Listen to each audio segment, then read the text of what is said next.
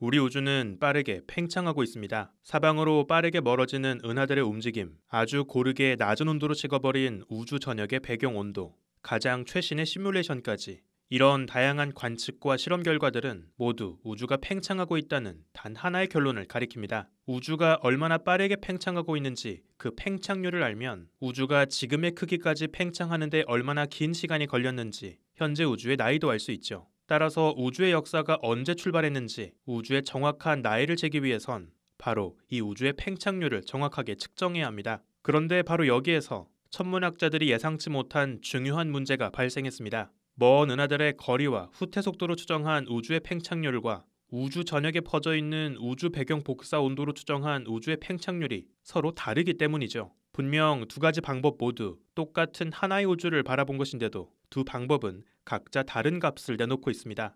물론 이 두 가지 관측 모두 우주가 팽창하고 있다는 사실 자체는 부정하지 않습니다. 다만 그 팽창 속도가 얼마나 빠른지 우주의 팽창률이 다르게 측정되는 것이 문제인 거죠. 천문학자들은 이 난감한 사태를 허블 텐션이라고 부릅니다. 사실 이번에 우주로 올라간 제임스 웹 우주망원경의 가장 중요한 과제 중 하나가 바로 이 허블 텐션의 미스테리를 해결하는 것이기도 하죠. 말 그대로 현대 우주론의 위기라고까지 부르는 이 허블 텐션의 문제를 어떻게 해결할 수 있을까요? 우주먼지의 현자타임즈 21세기 바로 지금 이 순간 현대 천문학의 가장 뜨거운 논쟁 중 하나인 허블 텐션의 근황을 소개합니다. 사실 에드윈 허블의 발견이 있기 전부터 멀리 떨어진 은하들이 빠르게 멀어지고 있다는 사실은 알려져 있었습니다. 1927년 천문학자 베스토 슬라이퍼는 은하 46개의 스펙트럼을 관측했고 그중 대부분의 은하들의 빛이 파장이 더 긴 붉은 쪽으로 치우친다는 것을 발견합니다. 이것은 이 은하들이 우리에게서 빠르게 멀어지면서 은하의 빛의 파장이 길게 늘어나는 적색 편의를 겪고 있다는 것을 의미했죠. 하지만 슬라이퍼는 각 은하들까지의 정확한 거리를 알진 못했습니다. 그래서 은하들이 우리에게서 멀어지고 있다는 것만 확인했을 뿐 거리가 더 먼 은하일수록 더 빠르게 멀어진다는 은하들의 거리와 속도 사이의 법칙을 발견하지 못했죠. 하지만 에드윈 허블에겐 이 먼 은하까지의 거리를 잴 수 있는 노하우가 있었습니다. 앞서 또 다른 천문학자 헨리에타 리빗이 개발한 세페이드 변광성을 활용하는 방법이었죠. 이 별들은 아주 일정한 주기로 밝기가 밝아졌다가 어두워졌다가를 반복합니다.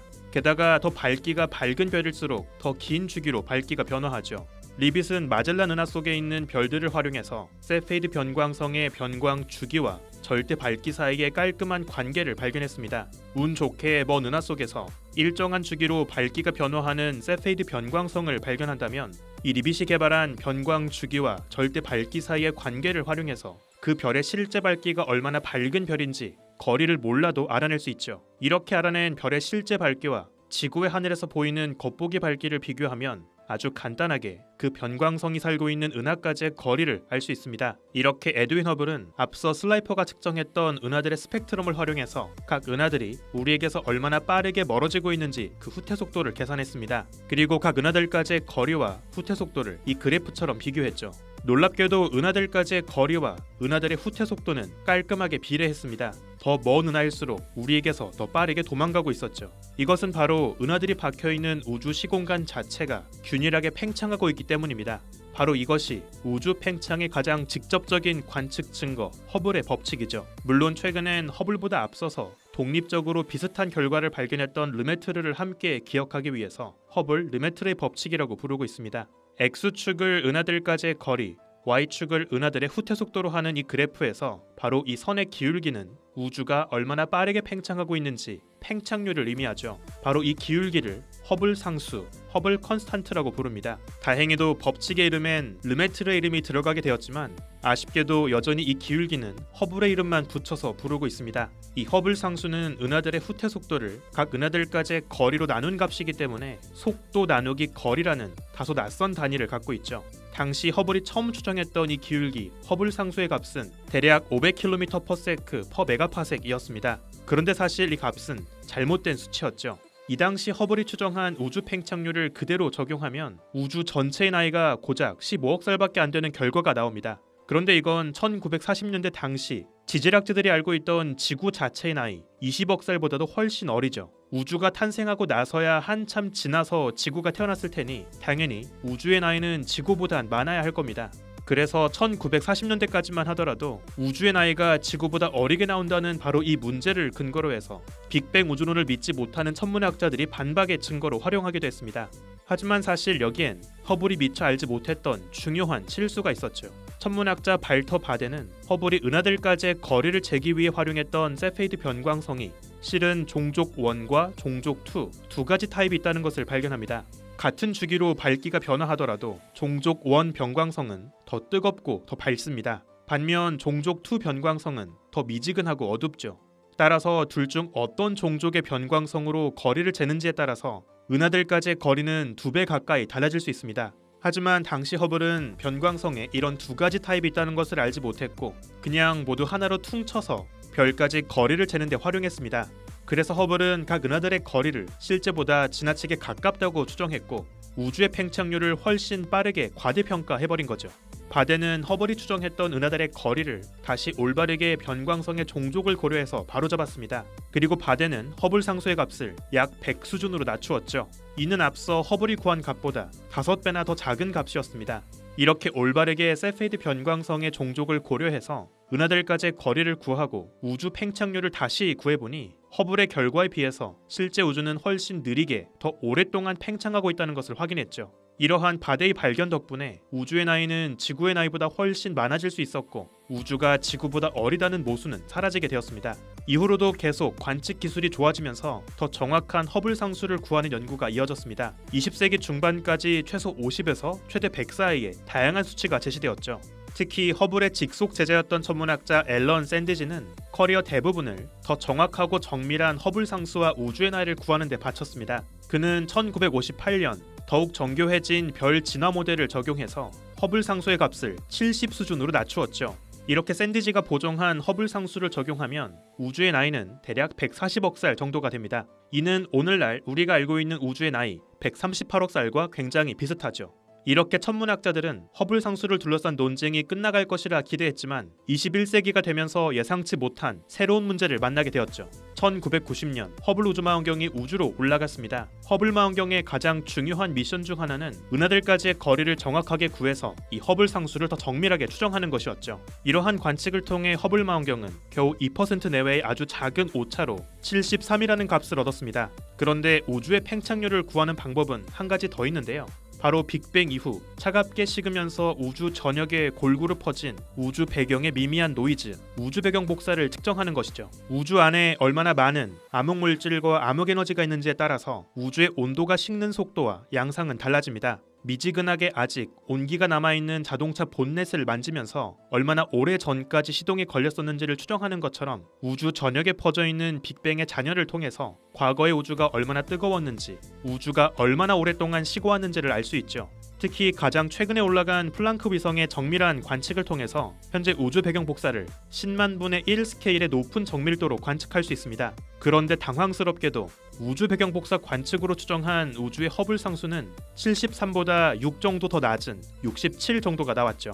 분명 똑같은 우주를 바라보면서 단지 방법만 달랐을 뿐인데 어떤 방법을 썼는지에 따라서 우주의 팽창률 그리고 우주의 나이가 다르게 측정되는 겁니다. 처음엔 단순히 각 방식의 측정 한계, 관측에서의 오차 때문이라고 생각했죠. 그리고 시간이 흐르면서 관측이 더 정교해지고 에러가 줄어들면 결국 두 방식 모두 동일한 값으로 수렴될 것이라 기대했습니다. 하지만 실제로 벌어진 일은 정반대였죠. 은하들까지의 거리를 직접 구해서 허블 상수를 구하는 첫 번째 방식과 우주 배경 복사를 측정해서 허블 상수를 추정하는 두 번째 방식, 이 둘 모두 최근까지 정밀도가 많이 좋아졌습니다. 하지만 두 가지 방식으로 구한 허블 상수 값의 간극은 여전히 해결되지 않고 있습니다. 각 방식이 더 정밀해질수록 둘 사이의 간극이 메워지는 것이 아니라 오히려 더 깔끔하게 둘의 차이가 명확해져 가는 것이죠. 물론 우주가 팽창하고 있다는 것 자체는 모두 동일하게 보여주지만 그 팽창이 얼마나 빠르게 벌어지고 있는가에 대해선 측정하는 방식에 따라 다른 값이 나오는 겁니다. 똑같은 하나의 우주를 보면서 서로 다른 팽창률, 허블 상수를 제시하고 있는 이 황당한 문제가 바로 허블 텐션인 것이죠. 대체 이것을 어떻게 받아들여야 할까요? 우선 한 가지 가능성으로 허블 망원경이 구한 은하들까지의 거리 또는 우주 배경 복사, 이 둘 중 하나에서 우리가 미처 알지 못했던 관측에 문제가 있을 수 있습니다. 마치 과거에 에드윈 허블이 세페이드 변광성에 종족이 두 가지가 있다는 것을 알지 못해서 허블 상수를 잘못 재는 실수를 했던 것처럼 말이죠. 은하들까지의 거리를 활용하는 방법과 우주 배경 복사를 활용하는 방법, 둘 중 무엇이 문제인지를 판단하기 위해선 이 두 방식과는 무관한 또 다른 독립된 새로운 방식으로 허블 상수를 측정해서 어느 쪽의 값을 지지하는지를 비교할 필요가 있습니다. 그리고 바로 2015년 드디어 검출에 성공한 시공간의 떨림, 중력파가 그 대안이 될 수 있죠. 덩치 큰 블랙홀처럼 육중한 천체들이 움직이면서 시공간에 파문을 일으킵니다. 이렇게 퍼져나간 중력파의 진폭은 더 먼 거리까지 퍼져갈수록 거리의 반비례해서 점점 줄어드는데요. 즉 중력파가 검출되었을 때 지구에서 얼마나 강한 진폭으로 검출되었는지만 비교할 수 있다면 변광성이나 초신성, 우주 배경 복사와 같은 기존의 방식과는 별개로 중력파를 일으킨 천체까지의 거리를 독립적으로 구할 수 있습니다. 그런데 허블 상수를 구하려면 거리뿐 아니라 그 은하가 얼마나 빠르게 멀어지고 있는지 속도도 구해야 하죠. 하지만 아쉽게도 아직은 중력파 자체의 적색 편의를 재서 속도를 구하지는 못합니다. 그래서 중력파를 일으킨 천체가 우리에게서 얼마나 빠르게 멀어지고 있는지 속도를 재기 위해선 여전히 일반적인 빛의 적색 편의를 동시에 관측할 필요가 있죠. 따라서 중력파 신호로 추정한 거리를 활용해서 우주의 허블 상수를 구하기 위해선 중력파 시그널과 함께 동시에 빛도 번쩍이는 현상이 필요합니다. 하지만 그간 검출된 중력파 시그널 대부분은 빛은 전혀 방출하지 못하는 덩치 큰 블랙홀들끼리의 충돌로 만들어진 것들 뿐이었죠. 그런데 2017년 놀라운 일이 벌어졌죠. 중력파와 함께 동시에 빛이 반짝이며 퍼져나오는 그 까다로운 현상이 실제로 벌어진 겁니다. 바로 블랙홀끼리의 충돌이 아닌 빛을 방출하는 중성자별끼리의 충돌이 벌어진 것이죠. 중성자별 한 쌍이 충돌하며 퍼져나온 중력파가 검출되자마자 천문학자들은 서둘러서 지구 전역에 온갖 망원경을 동원해 거의 모든 파장대역의 빛으로 그 현장을 관측했습니다. 덕분에 전파, 자외선, 가시광선, 적외선 이 다양한 파장대의 망원경으로 중력파를 일으킨 중성자별의 충돌 현장을 담을 수 있었죠.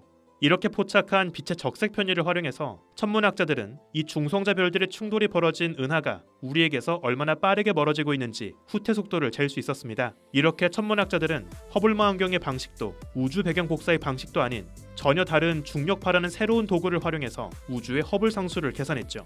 그렇다면 과연 중력파로 추정한 값은 둘 중 어느 쪽에 손을 들어주었을까요? 이야기가 이렇게 간단하게 끝날 리가 없겠죠. 결과는 참으로 난감했습니다. 아쉽게도 아직 중력파를 활용한 방식의 정밀도는 그리 좋지 못합니다. 앞선 두 가지 방식에 비해서 훨씬 큰 관측 오차를 갖고 있죠. 중력파 방식으로 구한 허블 상수의 값은 대략 70 정도입니다.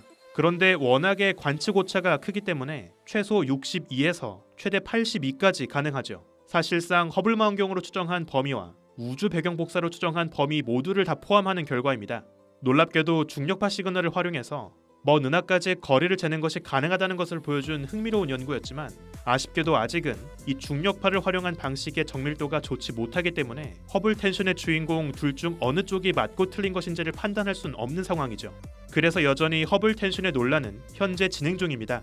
하지만 곧 천문학자들은 중력파 방식의 오차를 1% 내외로 줄이면서 정밀도를 높여갈 수 있을 거라 기대하고 있습니다. 특히 기존의 지구 위에 설치하는 중력파 검출기뿐 아니라 현재 계획하고 있는 우주 공간에 띄우는 중력파 검출기 리사 미션까지 실현된다면 중력파를 활용한 허블 상수의 추정치도 허블 망원경과 우주 배경 복사 방식 못지않게 더욱 정밀해지게 될 겁니다. 한편 허블 망원경의 뒤를 이어서 이번에 우주로 올라간 제임스 웹 우주 망원경 역시 허블 텐션에 대한 중요한 답을 제시해주게 될 겁니다. 과연 제임스 웹은 앞선 허블 선배님의 편을 지지할지 아니면 허블 선배를 배신하고 우주 배경 복사 관측의 편을 들게 될지 앞으로 제임스 웹이 어느 쪽에 줄을 타게 될지 지켜보는 것도 굉장히 재밌는 관전 포인트가 되지 않을까요? 67 그리고 73 과연 우주의 팽창률은 둘 중 어느 쪽으로 결론이 나게 될까요? 그리고 정말 둘 중 하나의 추정이 잘못된 것이었다면 대체 무엇이 문제였던 걸까요? 이 모든 미스테리가 해결될 때까지 허블 텐션은 21세기 천문학의 가장 중요한 난제로 남게 될 겁니다. 우주먼지 현자타임즈 오늘은 여기에서 마칩니다. 구독과 좋아요 부탁드릴게요. 우주먼지 여러분 감사합니다. 안녕.